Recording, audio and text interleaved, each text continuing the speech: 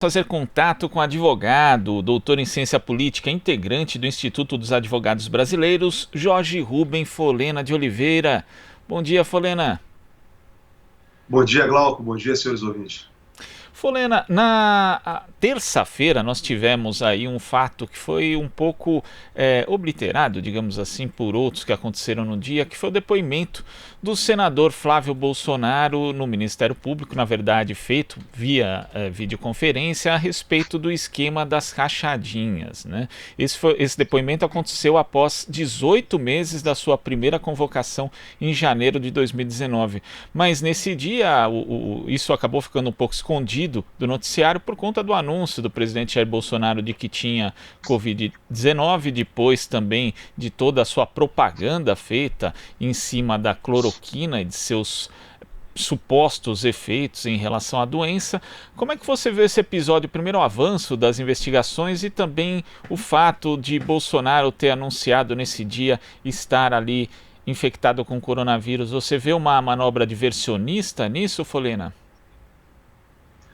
Glauco, tudo é possível a partir de Jair Bolsonaro e sua família, né? Sistematicamente vive num mundo de farsa, num mundo de mentira, e assim foi eleita a chapa Bolsonaro-Mourão. Muito provavelmente, né, essa questão da contaminação do presidente, que antes suspeitava que ele já teria tido a contaminação, mas omitiu, né, tentou fraudar também.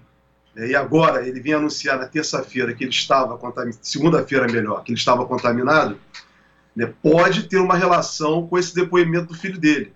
Pode ter. Até porque essa situação das acusações formuladas contra o filho, né, são muito sérias. Porque, na verdade, o que está sendo investigado é a utilização de dinheiro público, né, e toda a formação de um esquema patrimonial passando pela arrecadação de dinheiro, né, isso que está se apurando na investigação, né, utilizado por meio de assessores da Assembleia Legislativa. E o Queiroz é o principal agente, era o arrecadador que fazia a distribuição. A polícia, né, na verdade, o Ministério Público do Rio de Janeiro, né, segundo os relatos que têm vindo a público, tem demonstrado, né, que Flávio Bolsonaro praticamente não fez movimentação ele, mas sim todas as suas contas da sua família foram pagas pelo Queiroz, com dinheiro vivo. Então, quer dizer, isso tudo é muito grave, tem que se aprofundar.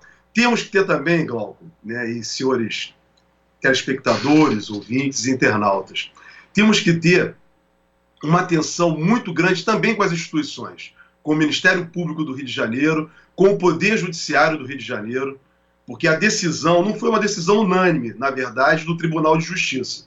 De 3 desembargadores, 2 votaram a favor, e um, inclusive, de uma forma muito suspeita, porque, inclusive, durante a campanha eleitoral, né, saiu em fotos com um outro juiz da Lava Jato, aqui do Rio de Janeiro, também o Marcelo Bredas, portando arma de grosso calibre numa fotografia no estande de tiro da polícia. Então, não é para nós ficarmos assim aceitando, né, com naturalidade também a atuação por parte das instituições, por parte do Ministério Público, tendo visto inclusive o que aconteceu anteriormente com uma promotora do Rio de Janeiro, no caso do porteiro do prédio, do condomínio do Jair Bolsonaro, a questão da possível manipulação do áudio, né, daquela situação do condomínio, se o porteiro teria entrado em contato com o Jair Bolsonaro ou não, era uma promotora. Então tudo isso tem que ser analisado com calma. Essas instituições, por tudo que fizeram, as instituições do Poder Judiciário, do Ministério Público, por tudo que fizeram no país nos últimos anos, agredindo a democracia, né, e permitindo, inclusive, que Bolsonaro chegasse ao poder, tudo tem que ser analisado com muita cautela. Tudo mesmo. Tá? Até mesmo a forma de se ouvir, né, aceitar somente ouvir o senador Flávio Bolsonaro agora. Quer dizer, tudo isso, então, eu peço, Glauco, é um momento que temos que ter muita atenção, porque essas instituições elas não estão, de certa forma, totalmente isentas. Há um passado muito perigoso por parte dessas instituições. Ou seja, é preciso fiscalizar a atuação delas, né? A sociedade tem esse dever, até porque, como você falou, Folena, existe aí um passado recente em que as instituições não agiram de acordo com o Estado Democrático de Direito. Perfeito, Glauco. E nisso está envolvido desde o Supremo Tribunal Federal até os juízes de primeiro grau. Então, quer dizer, da última instância do Brasil, né, e ficou muito claro isso no julgamento do habeas corpus do presidente Lula, em que, inclusive, o comandante do Exército, nós já falamos sobre isso aqui no Jornal da Manhã, né, Jornal Brasil Atual, pela manhã, em que o comandante do Exército fez uma pressão muito grande no Supremo Tribunal Federal na véspera do julgamento do habeas corpus do presidente Lula, que foi 5-5, ainda tendo que ter um voto de Minerva inexistente em caso de habeas corpus, o meu modo de ver, na minha interpretação. Se houve empate, o presidente Lula, o habeas corpus deveria ter sido acolhido naquele momento. Então, tivemos um voto de Minerva da presidente do tribunal na época, Carmen Lúcia, da forma com que aconteceu, e o presidente Lula ficou fora do processo eleitoral, né, numa ação orquestrada por Sérgio Moro, que era o juiz titular da Lava Jato e que depois veio ser ministro da Justiça de Jair Bolsonaro. E o próprio Jair Bolsonaro e o próprio Moro reconheceram que, antes da eleição, mantiveram contato. Quer dizer, tudo é muito suspeito. As instituições do Poder Judiciário e da grande mídia sempre atuaram na conspiração contra as forças populares.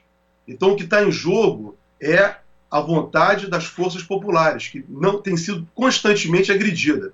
É esse Supremo Tribunal Federal que, volto a dizer, Glauco, ratificou a agressão que foi a reforma trabalhista contra todos os trabalhadores brasileiros. Quer dizer, uma reforma que hoje nós estamos vendo com a situação da Covid, o quanto de malefício que a reforma trabalhista trouxe para o Brasil. Os trabalhadores hoje, todo o conjunto dos trabalhadores, estão sem qualquer segurança, ao ponto das pessoas terem que trabalhar sem seguro social durante um período de pandemia.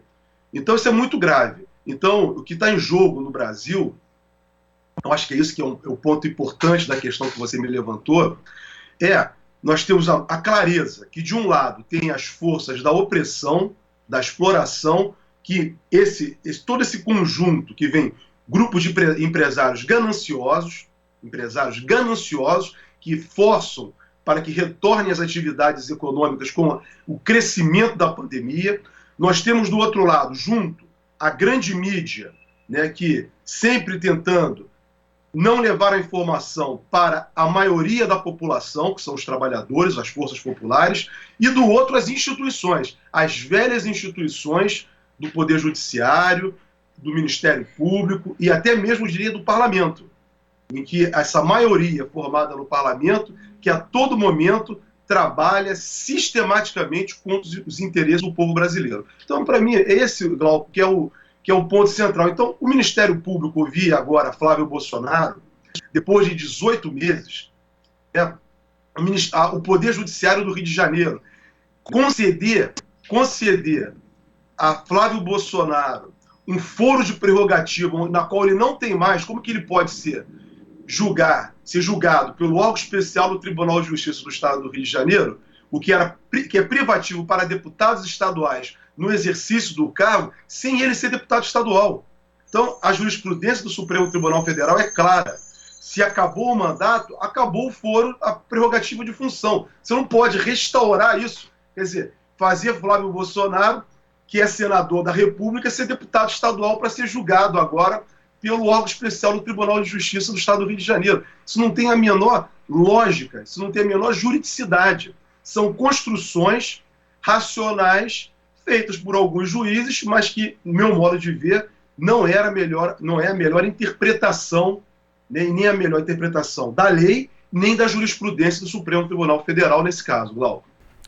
Agora, outro fato também, Folena, que aconteceu ontem foi que, no âmbito político, mas que pode ter repercussão também no âmbito jurídico, foi o fato de uma equipe do Facebook ter conectado Tércio Arnaud Tomás que é assessor especial do presidente Jair Bolsonaro, é uma rede de contas falsas ali na plataforma. Ao todo foram 35 contas, 14 páginas e um grupo na primeira rede, mais 38 contas no Instagram, que foram tiradas do ar. Né? E além de Tércio, tem 5 ex e atuais assessores de parlamentares bolsonaristas, inclusive um de Eduardo Bolsonaro. Você acha que esse material pode servir de subsídio, por exemplo, não só para o inquérito das fake news, mas também para o julgamento da chapa Bolsonaro-Mourão no TSE, Folena? Totalmente, Glauco. O Facebook, uma instituição privada, uma empresa, fez o que as instituições do Poder Judiciário e do Ministério Público brasileiro não fizeram no passado. Ou seja, o que nós estamos dizendo desde a campanha eleitoral de 2018. Né, a fraude perpetrada, né, na campanha eleitoral com as mentiras por parte da chapa vencedora foi de tal forma que induziu, contaminou todo o processo eleitoral. O processo eleitoral de 2018, o presidente da República, que elegeu a chapa Bolsonaro-Mourão, tem mais do que nunca, Glauco, é mais um motivo agora, independentemente, né, do inquérito que está tramitando no Supremo Tribunal Federal, independentemente da CPI mista que tem no Congresso Nacional das fake news, mais do que nunca, já há elementos suficientes para o Tribunal Superior Eleitoral caçar a chapa Bolsonaro e Mourão. Se não caçar, é porque essas instituições, é como nós estávamos falando na questão anterior que você levantou, né? Elas não estão diretamente interessadas, se não fizer isso, com a democracia. Não estão respeitando a ordem institucional. Para afastar o presidente Lula do processo eleitoral, foram rápidos, muito rápidos. Em muito pouco tempo, o presidente Lula foi indevidamente condenado em primeira instância, condenado em segunda instância e mantida a prisão do presidente Lula para ele não participar do processo eleitoral de 2018, no qual ele seria vencedor, segundo todas as pesquisas de opinião, por institutos do Brasil e do exterior. Então, as instituições foram muito diligentes com relação ao impedimento do presidente Lula a disputar as eleições de 2018, na qual, com certeza, ele sairia vencedor. Agora, com relação à chapa Bolsonaro e Mourão, diante de todas as evidências, agora não são só evidências, são provas, Glauco, provas coletadas, testemunhos, inclusive, de aliados de Bolsonaro que participaram da eleição, como Rogério Marinho, na referência a Paulo, peço desculpas ao Paulo Marinho, mas é Rogério Marinho, que inclusive num depoimento à Polícia Federal, no Rio de Janeiro, com relação a Flávio Bolsonaro, revelou que após o primeiro turno da eleição, a Polícia Federal não levou adiante a investigação para não atrapalhar a participação de Bolsonaro no segundo turno com Fernando Haddad.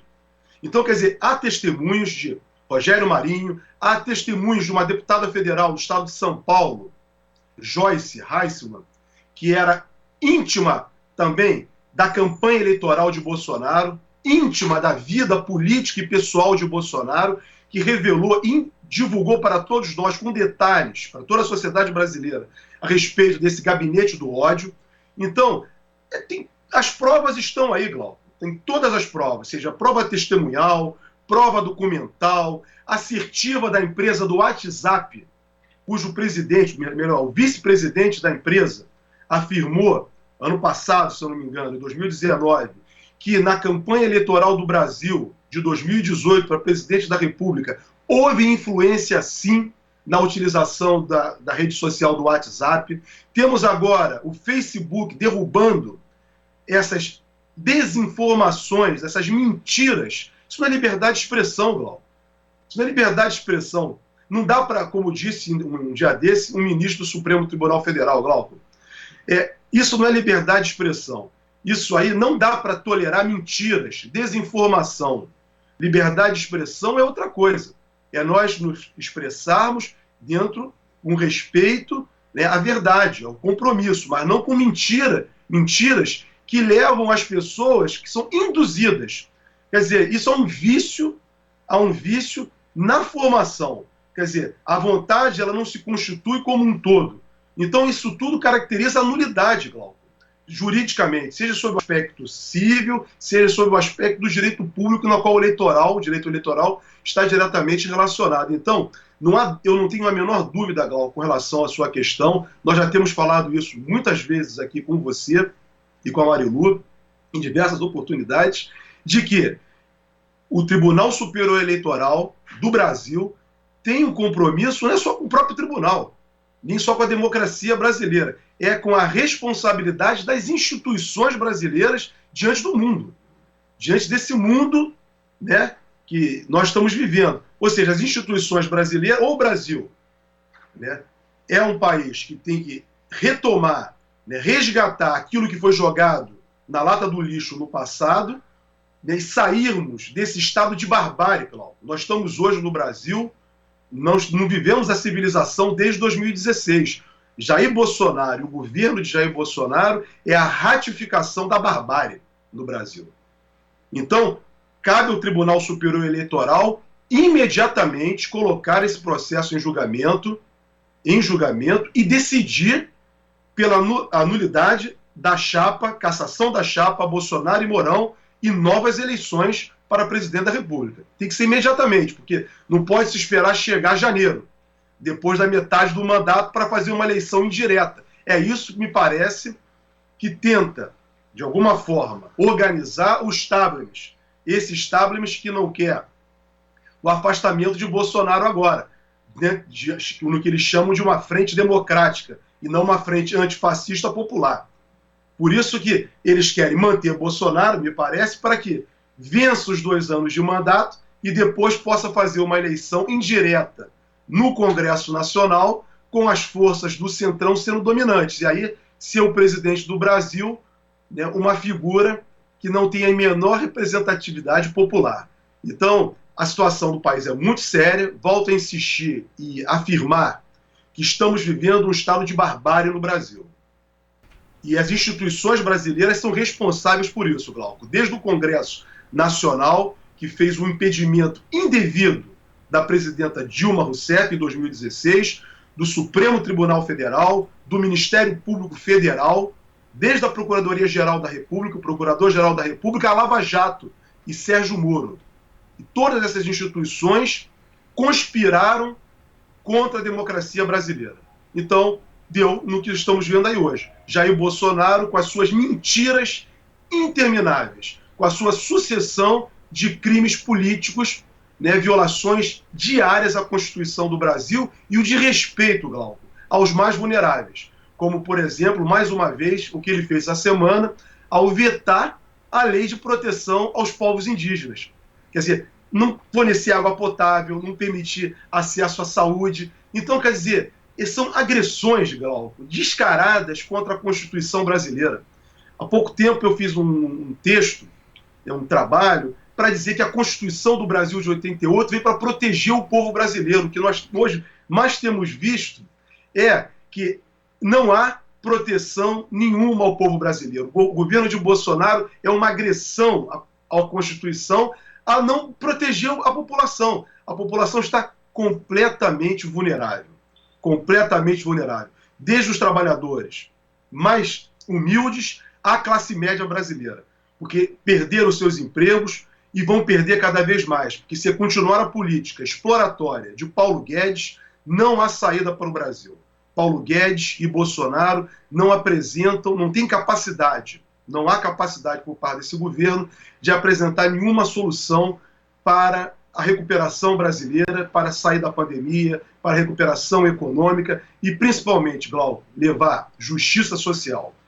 Não há compromisso por parte desse governo, Glauco, de fazer justiça. Porque quando você vê um ministro como o ministro do Meio Ambiente manifestar com clareza, como lhe disse na reunião do dia 22 de abril, no Palácio do Planalto, de que tem que passar a boiada para devastar a floresta amazônica, é um governo que não respeita o seu país, não respeita a ordem jurídica, não respeita ninguém. Ministros dessa natureza, né, e são vários no governo de Bolsonaro, vários, como o ex-ministro da Educação, né? Como que pode, né? O ministro da Educação que não gosta da educação, uma ministra dos Direitos Humanos que não defende os direitos humanos, um ministro do Meio Ambiente que não defende o meio ambiente. Então, são pessoas que não há compromisso com a sociedade brasileira, não há compromisso com o povo brasileiro. E o povo brasileiro, Glauco, aí vem a questão racial, é formado majoritariamente por pessoas negras, Glauco.